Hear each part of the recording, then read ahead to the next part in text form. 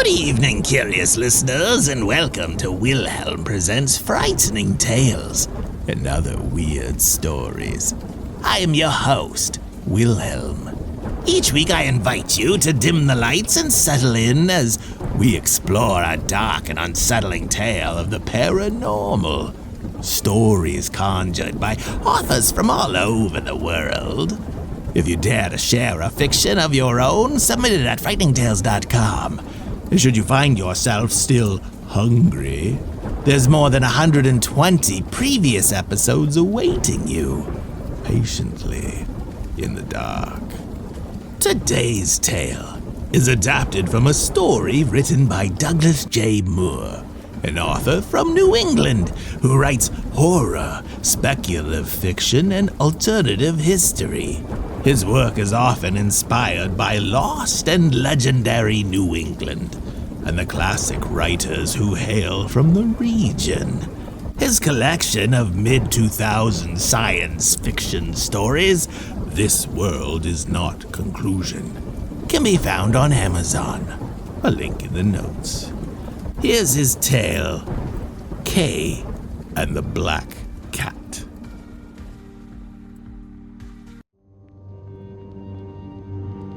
Truthfully, I had no idea what I wanted to do with my life. That was the real problem. At 17, you were somehow expected to possess a 5-year plan, a personal brand, and a carefully cultivated list of extracurriculars, while also asking permission to use the bathroom during 4th period chemistry. Guidance counselors, teachers, and parents all spoke about the future with an almost religious reverence, as if adulthood was a shining city waiting just beyond graduation, instead of a sprawling industrial wasteland filled with student loan debt and cubicles. Meanwhile, I could barely decide what I wanted from Duncan. The pressure at Paddocks Cove High School was relentless. Every hallway conversation eventually turned towards applications, scholarships, majors, or acceptance letters. The honor roll kids discussed internships and volunteer work while the rest of us quietly spiraled. Even lunch felt competitive, with somebody always mentioning early admission to Northeastern or Boston College while pretending not to brag about it. I had good grades, respectable SAT scores, and absolutely no idea who I was supposed to become. Consequently, the final obstacle that completely threw me was the college essay. Unable to move past it, I eventually visited my guidance counselor, Mrs. Chambers, hoping she could help me overcome the barrier. "This is what you're gonna do," Mrs. Chambers said as she passed me the card. "You're gonna volunteer at the Four Paws Animal Shelter. You're gonna go there at least twice a week until the end of December. And when you're there, you're going to smile and do everything they ask you to do. No questions, no complaints, no cynical teenage sneering. You're going to clean cages and wash dogs. You're going to pick up dog poo. While you work, you'll gather subject matter for an essay. Take some notes. Think of yourself as an undercover journalist collecting a story to publish for the Globe or the Herald. When December break comes, you'll have plenty to write about." "What if I don't?" I asked, as I imagined a large bronze gate closing in front of me. "What if I don't get anything from this experience? What if this is just a waste of time?" "Oh, honey," Mrs. Chambers soothed, "volunteering will give you a tremendous sense of perspective. Come Christmas, you'll absolutely have something to write about." I looked at the card and at Mrs. Chambers, my doubt obvious. "You're sure?" "Trust me." I did. The bus stop was less than a block from the animal shelter, but even from there, I could smell a feral animal reek. The shimmering odor of fresh ammonia, as well as cleaning supplies likewise lingering in the breeze. Inside, the entire building echoed with the cacophony of animated animals, and it took me a moment to get my bearings and find Victoria Mitchell, the director, a stubby barrel of a woman with a vacant smile and a pair of tired blue eyes. "Welcome to the animal shelter," Victoria dully intoned, from behind a disorganized desk that was piled high by a mass of unorganized folders and loose papers. "You're Gail Garland, the student from Mrs. Chambers." "Yes," I chirped, my body suddenly tense as I knew I was trying to make a good impression. "You're a senior at Paddocks Cove High?" "That's right." "Mrs. Chambers said you were planning on going to college, veterinary medicine for big animal?" I nodded and swallowed hard, the lie making me uncomfortable. Still, I was so nervous that I went with it. I totally love science," I replied in faux confidence. "And I was looking at Cornell, at their vet program." "Oh, that's a great school. You'll need a solid GPA as well as some good extracurriculars to go there," Victoria absently replied before she fished about her desk and passed me a pen as well as a clipboard lined with paperwork. "Go ahead and date and sign and initial all of those forms, will you?" she demanded, her eyes scanning the paperwork before me. The pages an onslaught of legal terms besides big boxes that demanded signatures. The lot, a labyrinth of legal terminology that made the SAT reading section look like a find-a-word puzzle. "Very good," she stated. "I'll take you to the professor. She'll show you what to do." "The professor?" I asked, and Victoria nodded. "Yes, the professor, Kay Harriet," Victoria said as she stood. "Kay is basically our volunteer lead. She's been here for more than 3 years now. Going forward, she'll tell you what to do, and when you come in, you'll know what to clean, where to dump the garbage, all that stuff." "I thought I was going to work with a veterinarian," I replied with some surprise. "We have one," Victoria said. "Dr. Landau. He comes in once a week. Mostly he's here to put animals down, usually on Saturdays. You're more than welcome to come and help him. He's routinely looking for an intern, and he always accepts help when he euthanizes an animal." "Animals get put down?" I wondered aloud, and Victoria shook her head. "Yes," she rigidly replied. "It is commonplace to put down an animal if it is not adopted. No one wants a one-eyed dog or a scraggly black cat. Quite often, no one wants a cat at all." "Gail, do you have any pets?" Her question threw me off and I blushed, my answer as choppy as green lumber. "No, I mean, we can't," I sputtered. "My mom is allergic to cats." "What about a dog?" Victoria inquired, and I remained silent. An odd sense of rejection cascading through me. "Oh, my dad doesn't want one," I meekly replied. "Oh, well, that might change," Victoria surmised. "It often does when someone becomes a volunteer. Come, let's go meet the professor."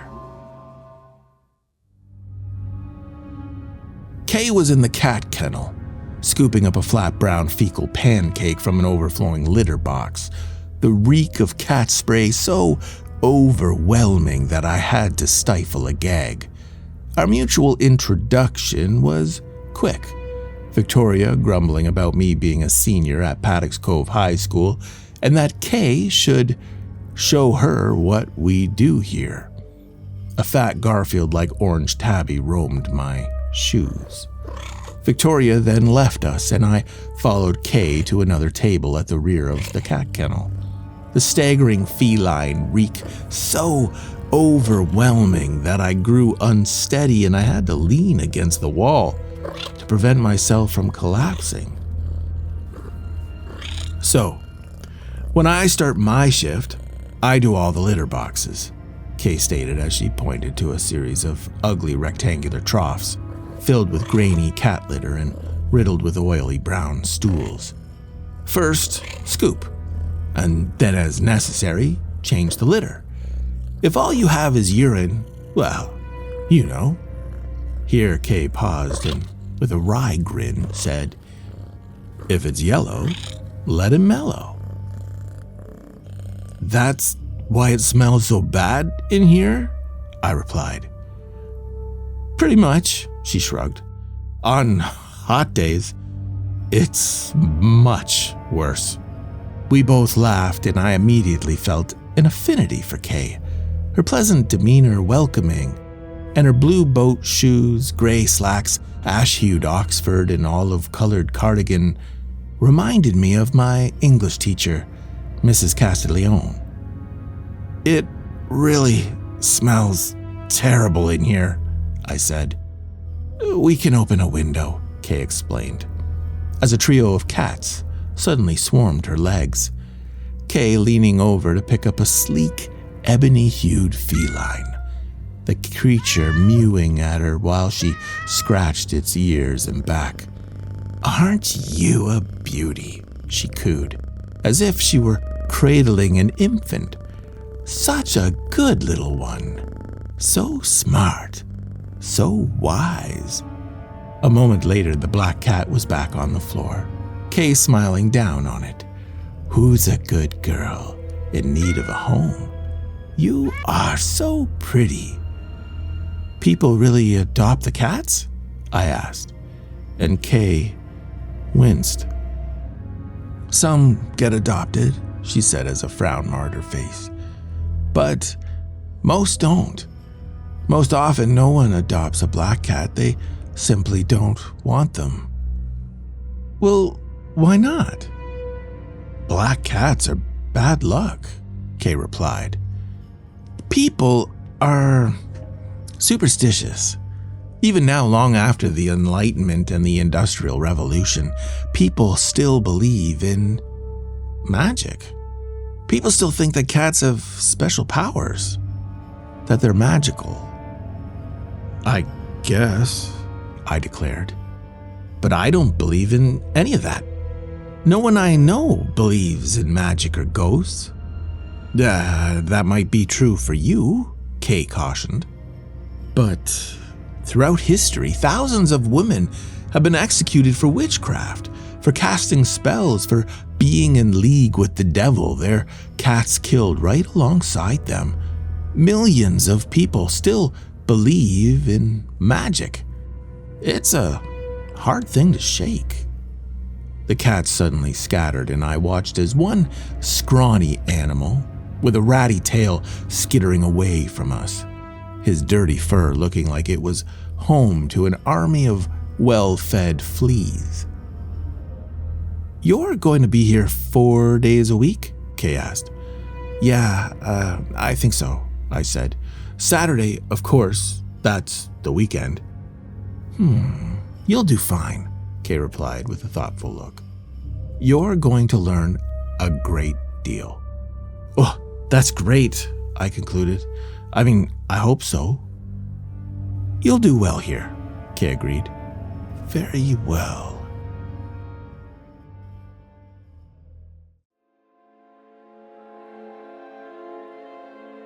Four Paws was something else. The place a social minefield with age as well as generational differences. A challenge to navigate. My fellow volunteers a mess bunch. These people were oddballs, their personalities abrasive to off-putting, Consequently, I gravitated to Kay, her presence calm and peaceful, her easy smile welcome, and our conversations routinely pleasant. Kay was vibrant, upbeat, and after school it was fun to see her and chat about class and homework. Her interest in my day welcome. Frequently, Kay would reflect on her time as a professor, her job reading poorly written student essays, attending dull faculty meetings, and completing the endless paperwork of grant writing on requesting a sabbatical. We got along well, and I gravitated to her as if I were under a spell. Her matronly timber and outward contentment put me at ease. "I loved teaching," Kay said, one afternoon while we were shoveling fresh cat shit from a stinking litter box. "So many students, so much promise." "Being a professor sounds awesome," I replied, as I silently considered how I too might eventually wear a navy-colored blazer and some fresh khakis while occupying a book-lined office at a cozy liberal arts school. My window a gauzy view of a hushed quad as well as the rooftops of a sleepy New England backwater. "It was a fine career," Kay wistfully sighed. "I had a life of the mind. My playground was history and ideas. Now, that's all over. These days I'm all cats, cats, cats." Here, a fat, pale Persian swooped in, the puffy tail of the animal swinging back and forth like a wild broom. Kay smiling down at the beast. "Look at you, Goldie," she cooed. "You've seen so much now, haven't you? You know so many things." Goldie, of course, remained mute, her ears slightly twitching as Kay looked at me and said, "So many cats who need a home. Gail, do you have any pets?" "No, we don't have any pets in my house," I lamented. "Forsistan alaquis ante hanc senectutium moritur," Kay replied as Goldie thumped down on the floor. "What did you say?" I asked, and Kay simply kept her eyes on Goldie. "Oh, just some Latin, something I learned a long time ago," she recalled. "It was so different when I was growing up. When I was young, women and girls were not encouraged to pursue an education." Now Goldie had sat up and began to meow, her calls growing louder as her eyes glared at an empty corner of the kennel. "She sees something," Kay said as Goldie had started to hiss and bare her teeth, the cat's fur straight up and electric. "Wow, she's going to bust a move," I said. My statement cut short as Goldie sped from us and raced at an empty corner of the room, her twisting form contorting about as if she were engaged in a full-on brawl with an unseen foe. On Goldie jumped, clawed, and hissed, her chaotic spasm lasting until she swiped both her claws high and abruptly raced away, the calamity oddly over. "That was something," I observed. "A cat attacking the air. I didn't expect that." Kay shook her head. "Cats follow their own rules," she stated. "They do as they like. That's why they have such a reputation for trouble, for having supernatural powers. Maybe Goldie saw something in the corner that we couldn't see." "I don't know what she saw," I said, "but she was going at it with whatever it was, even if it was imaginary." "She may," have seen something we'll never see or properly understand, Kay continued. In the past, people routinely believed that cats were minions of the devil, that they could see into the shadow realm of spirits and demons. A chill passed through me, the air frigid against my skin, and I looked at Kay, who seemed immune to the invisible iciness that had quietly surrounded me. Kay, I asked, are you cold? No, she said. Not right now. That's strange, I replied. I got cold all of a sudden. Well, it could be a draft, Kay said. Maybe a window's open. I looked around and all the windows were closed, the chill too abruptly gone. An odd sense of confusion haunted me as I looked about. My uncertainty dispelled when Kay waved at me, her face a knowledgeable grin.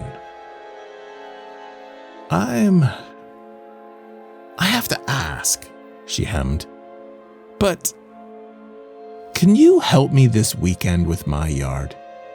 I need help raking the leaves. I have so many. I'll pay you, too.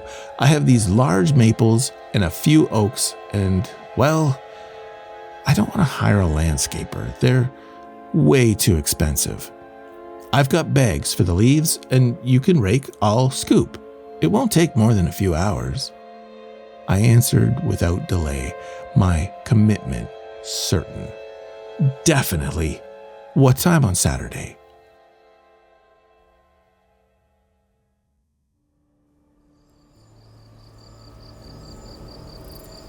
The house was modest. The gambrels unassuming, in the front yard was a tidy patch of emerald-hued grass, edged by a large rhododendron on one side and a gnarled apple tree on the other. The gnarled fruit tree heavy with plump red daubs across a dozen branches. Seeing the tree made me recall the words as well as the melody of the Candyman from Charlie and the Chocolate Factory.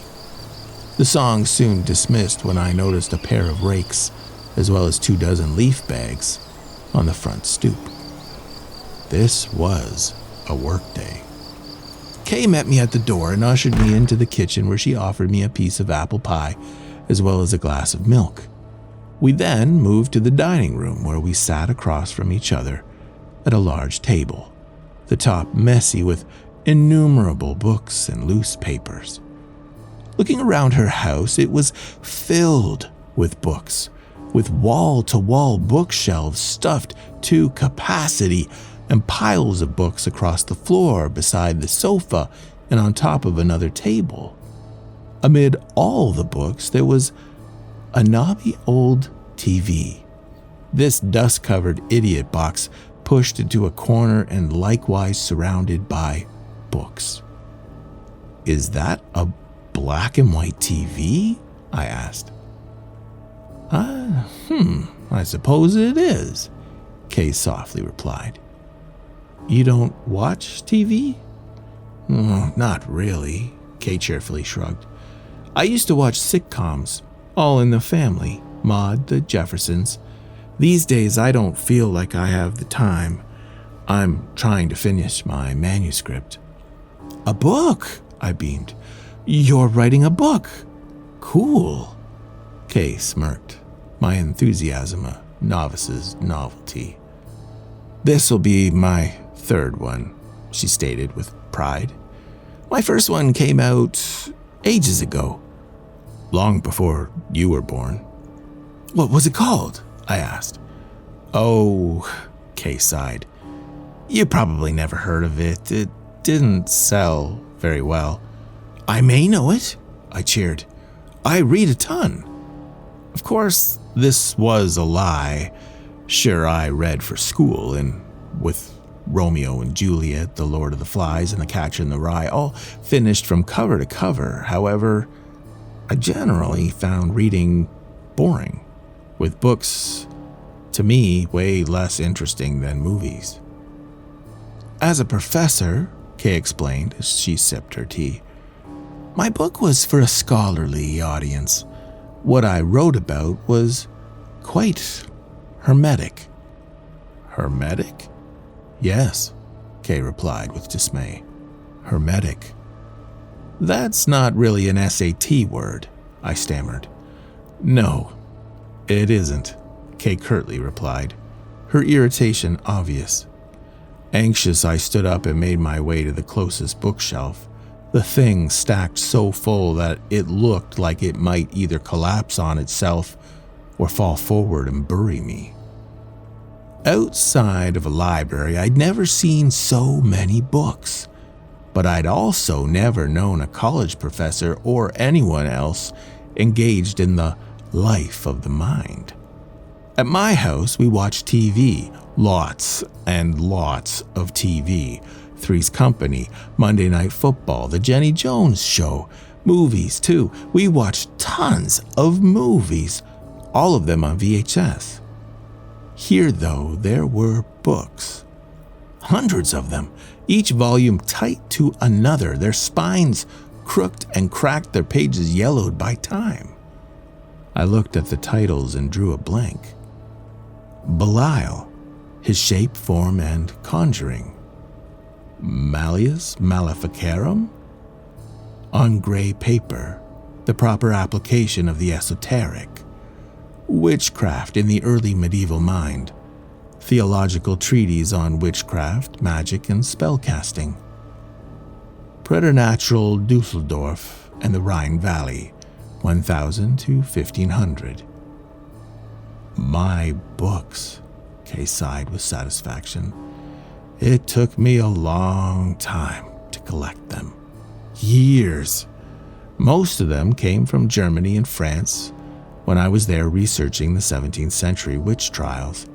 Very few people know that a variety of witch trials occurred across Europe in that period, with England, Germany, France, and the Netherlands very much like Salem, Massachusetts in 1690.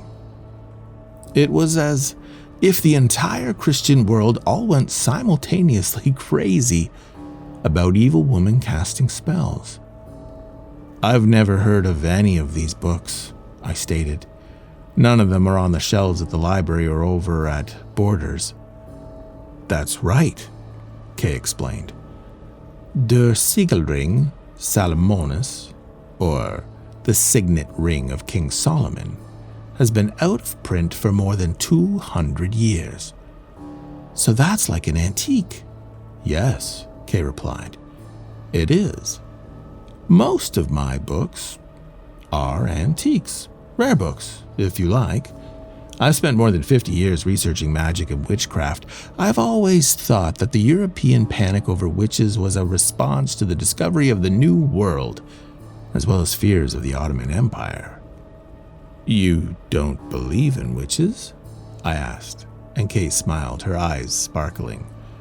Well, she said, I don't know that I don't believe in them. Magic? I scoffed. Who believes in that now? We have electricity and computers and stuff. Refrigeration. As you know, Kay coolly countered, women throughout history have been killed for using magic or for acting as minions of the devil. History is filled with women like Isobel Gowdy. I've never heard of her, I said flatly. Few have, Kay said solemnly. Her mouth pursed into a deep frown. In the 17th century in Scotland, she was accused of being in a coven with the devil. Consequently, she was put on trial. And to the surprise of many, she confessed to her crimes. So, she was a real witch? I blithely raised. They must have killed her. That's a very good question, Kay sighed. After Isobel's confessions, all public records concerning her vanish. Most historians think she was executed, but no one really knows. Some think that once she'd confessed, she went back to her normal life. I'd like to think that she used her magic powers to escape punishment, even if the price for eluding execution was eternal damnation. After all, Satan always gets his due. "That's pretty cool," I said, and Kay nodded. "Indeed," she stated, with a knowing smile. "It is cool. I'd like to think that a Sobel fled Scotland and ended up in colonial New England. Really, no one knows what happened to her. A mysterious end to a peculiar woman. In history, things are sometimes less than clear. The events as well as the story vanishing into the mists of time. In school, they like to teach historical finalities and certainties, but as you will eventually see, real life is sometimes quite nebulous." "Nebulous," I laughed. "Now that's an SAT word." Kay laughed too, her cat once again slinking between us, its tail waving about like a victorious banner. "You know," Kay said, "witches and cats are linked. During the witch trials, pets were often killed alongside their owners as the witch hunters considered these animals to be supernatural entities, with the common feline either an evil spirit or a minion of the devil." Kay paused, her voice pitching low as she looked at her own oil-colored cat and said, "Imagine that. My own pet, a minion of the devil. Funny, isn't it?" Suddenly I was anxious and I looked at Kay's cat, the creature's yellow pupils shimmering as it gazed back at me. That is funny," I said, as I struggled to push my worry aside, my body tight and oddly warm. "It is," Kay nodded. "Magical animals in league with the devil. My cat an evil minion? That's what some people think."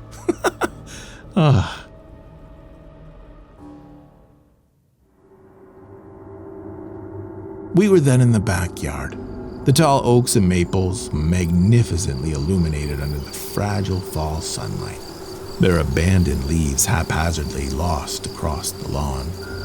I went at the mess with enthusiasm, my metal rake scratching claw-like over the cold ground. Kay moved slowly but with determination, her crooked form scooping up the material I'd collected before she stuffed it into an oversized yard bag. We worked silently, our conversation ended by our duty. The November sky, an aloof blue as an intense sense of benevolence and positivity, slowly captured me. It felt good to be here, to help someone, my time volunteering now obviously more than the simple subject matter of a college essay. My mind drifted, the loud, sneering cynicism of my peers dissipating. Its replacement, optimism. This was how community was created, through relationships, by stopping to help your neighbor or assisting those in need. I wandered, my reverie now in a state of having pleasant dreamlike thoughts, making me inattentive. Soon enough, I found myself in a muddy flower garden, where a half-dozen potted mums sat on some freshly turned soil, the potted plants sitting there like soldiers awaiting orders. In the muck I tarried, my rake poking here and there among the musty clods of soil, the reek of the cool, damp earth making me think of freshly dug graves. A fat, pale slug then slithered alongside one of the pots, an ugly trail of viscous slime its wake, its chubby, grubby shape totally disgusting. Immediately I wanted to smash the ugly bit of squirming yuck, and I readied the rake. When I went to strike, though, I stopped short, the earth around me now in full view. Here was a bone, the lean femur, sooty with age but distinct. Beside this rested a skull, no, 3 skulls, the canines on each of the craniums still pin sharp and menacing. "Miss, she slew us," swirled a whispery voice around me. This distant, disembodied dirge aching eons while demanding my attention. "What's that?" I said as I looked about, uncertain. "She killed it," the spectral voice continued. "We help and she killed me. She killed all of us. She killed Parvum ad Netfret. Cry to she for help. But no, she danger, she wicked. Trust not this witch. Fear crept over me, and I looked down at the mud. The sticky earth suddenly a massive pile of bones. These fragments flooding from the ground like a spring. The remains of dozens of animals cascading around my feet. On the bones came the ribs, the jaws, and skulls all undulating like water. The obtuse vertebrae rolling around like loose marbles. It was a skeletal flood, the bones erupting one atop the other, these calcified pieces of dogs, cats, sheep, birds, pigs, and fish swamping me like seaweed on the beach. "You seized us," hissed another spectral voice. "You seize us. You must have revenge on her. Slay you, nag, the wanton bitch. The shovel, smash her, smash. Use the shovel." A force then pushed me from the garden, my body impelled so that I saw a red-handled spade leaning against the fence, a pair of potted mums sitting beside the waiting tool. "Smashes her," cackled another voice, as I began to move towards the shovel. "Slay her! She's a liar! She has failed, Samael! She is no friendly to you!" That's right, I thought. Who is Kay, anyway? She's just some old woman. Why is she still alive? I'll just pick up that shovel and hit her right in the head. Her skull will crack like a watermelon. And why not? I'll bury her right here in the garden, among the mums. No one will ever know. The shovel gleamed, the handle a fiery red and the black blade shining. As if pulled by a magnet, I felt myself drawn forward, and I knew what I had to do. I would strike Kay again and again until she stopped moving. An ugly yellow fog had now begun to creep through the backyard, the November sun gone. Above me in the trees, I could see 2 small black creatures, their rodent forms rushing circuitously between the gray branches and the remaining leaves. One watched me, its greasy yellow pupils spiteful, and from a great distance I could hear Kay calling my name, her panicked voice faint. "Please, Gale," she cried. "Gale, don't listen. They're deceiving you. That's what devils do. Please, stop." I couldn't stop. All I wanted was the shovel, to feel the handle hot in my palm while I swung the blade high, the satisfying thud of Kay's head reverberating against my swing. Yes, I would kill the old hag, the liar, I would listen and do as I was told. Kay would pay for her deceptions, for killing those who served Samael. Now I had reached the shovel, my hands clutching it like I'd won an oversized stuffed bear at the Big E State Fair. The shovel sparked when I grabbed it. A forceful and unexpected energy ripped through me as I gripped the tool. Above me, the sky crackled with long streaks of serpentine lightning, this wild force causing my hair to float upwards and static, like as if it were a massive conduit for an unseen, mysterious power. I could see things. Dozens of ugly toad-like creatures with human faces racing around me, their jaws filled with long, sharp teeth, and their cheeks and chins pockmarked with oozing white sores. A skeletal woman in a tattered 19th century Regency dress strolled by me, her skin taut and crusted like an Egyptian mummy, her empty eyes utterly black. As she looked my way, she tried to suppress a knowing smile, her few remaining teeth either jagged canines or chipped crowns. Another woman then rode by me in a 1960s-style bicycle, her bell-bottom corduroys and t-shirt spotless, her hair a massive ball of fire oozing fresh embers.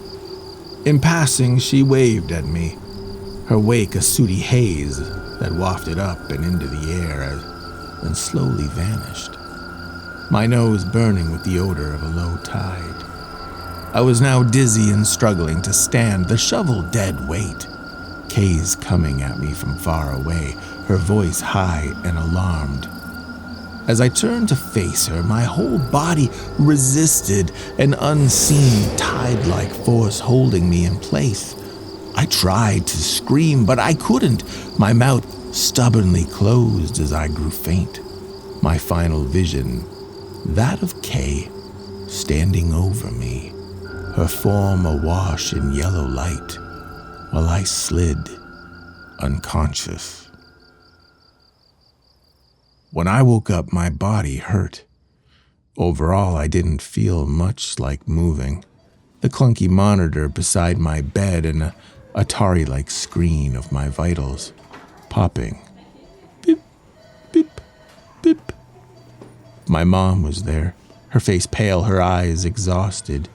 She squeezed my hand, and when I tried to speak, my voice was low and rough, as if I'd spent 60 years chain-smoking cigars while drinking tiny cups of muddy espresso. "I'm in the hospital," I wheezed. "Yes, you are," Mom cheered as fat tears seeped down her cheeks. "You've been here for 3 days. You passed out when you were at Kay's house. She called the ambulance. They brought you in. You fell and had hit your head." It was all blurry to me. The cats, the raking, the backyard, the bones. Yes, the bones and the ugly frog-like creatures. "Is Kay all right?" I begged, and my mother nodded. "She's fine." "I need to see her," I said as I tried to sit up. My motion instantly stopped by the hard poke of a stabbing pain across my back and neck. "Easy," my mother cautioned. "You just woke up, and according to the doctor, you're going to be sore for a few weeks. You've been concussed. You were hit in the head. You've got to take it easy." "I've got a brain tumor?" "No, silly," my mother cheered as she went all in on a radically mediocre German accent. "It's not a tumor. You were concussed, meaning your brain got rattled against the inside of your skull. That's why your body hurts so much." "That's what the doctor said?" "Yes, that and a bunch of other stuff. Silence then slipped in between us, and I tried to recall all that I'd seen at Kay's, my memories jumbled like a puzzle made of missing pieces. "Do you feel any better?" my mom asked. "Maybe," I cringed. "I'm not sure." "Well, you'll definitely get better," my mom hailed. "And even if you never go back to the animal shelter, you at least have something for a college essay. An accident and the rigmarole of dealing with American healthcare systems." "I guess that's good," I faux enthused. "I guess I've got something to write about now. More than you might imagine." "Well, you'll have to tell me all about it," my mom said. "I will," I concluded. But I never did. My mom would never have believed a word of it. And Cornell, well, they rejected my application.